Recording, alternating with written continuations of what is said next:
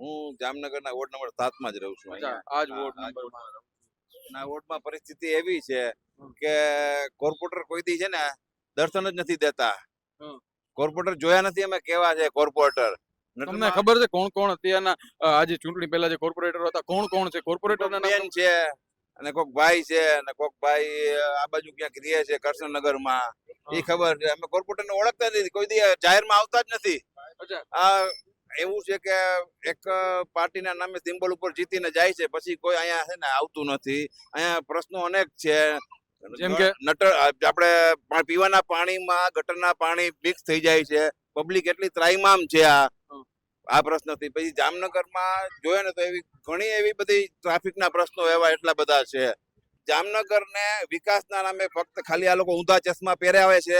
ખરેખર આ ચૂંટણી છે ને સ્થાનિક સ્વરાજ્યની ચૂંટણી છે. નગર ગટર નળ રોડ રસ્તા પાણીના હિસાબે આ કોઈ એવા ધાર્મિક મુદ્દાની ચૂંટણી છે નહીં.